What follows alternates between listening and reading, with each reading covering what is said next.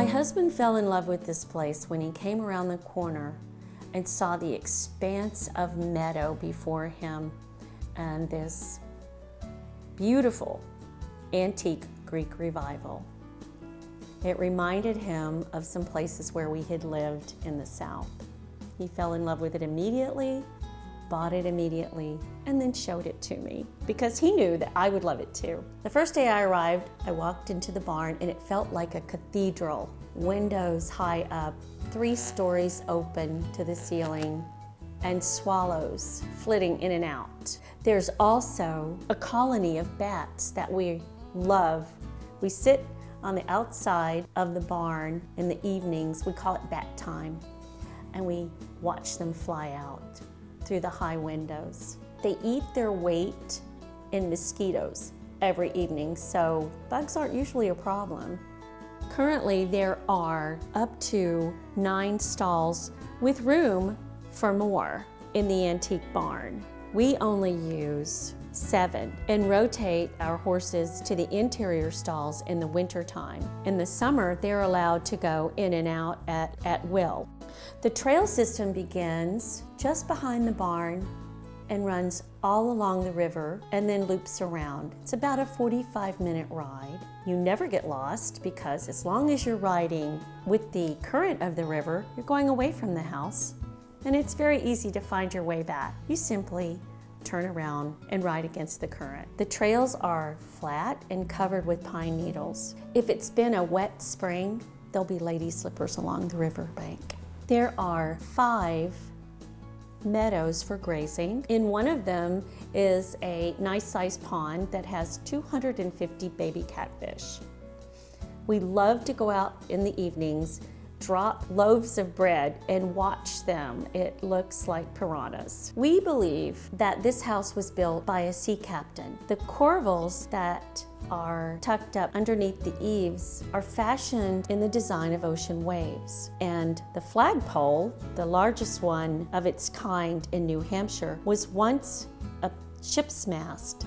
We constantly keep a 10 by 12 flag flying year-round.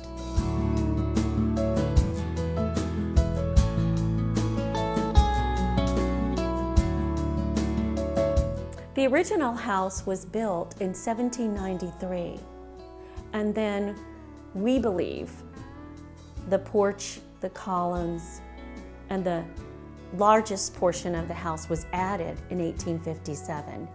In the 70s, the great room was renovated, and we call that the wow room, because when people see it, they inevitably say, wow. We all take bets on how long it'll take for somebody to say, wow, it's very cool.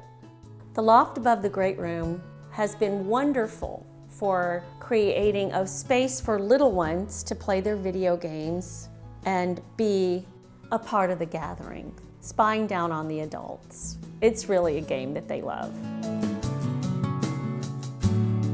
A deck is off of the great room. Below that, we have a pavilion for outdoor cooking and barbecuing. Beyond the pavilion is the spot where we typically have our annual New Year's Eve bonfire. The entire neighborhood gathers. The neighbors are lovely. Across the street, you have folks that harvest the finest hay in New Hampshire, an electrician that refuses to charge any neighbor full price, an engineer across the street.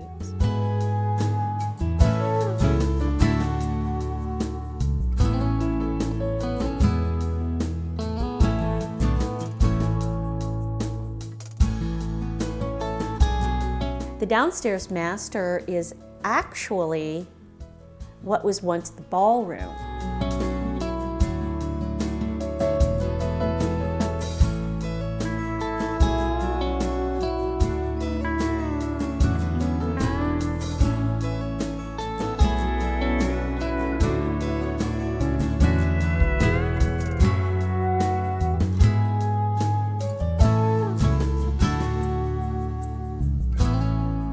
Upstairs there are 4 bedrooms that are impossible to fill. We've had up to 10 guests here for long weekends, and we're sad to see them go because the house is huge and built for entertaining and sharing.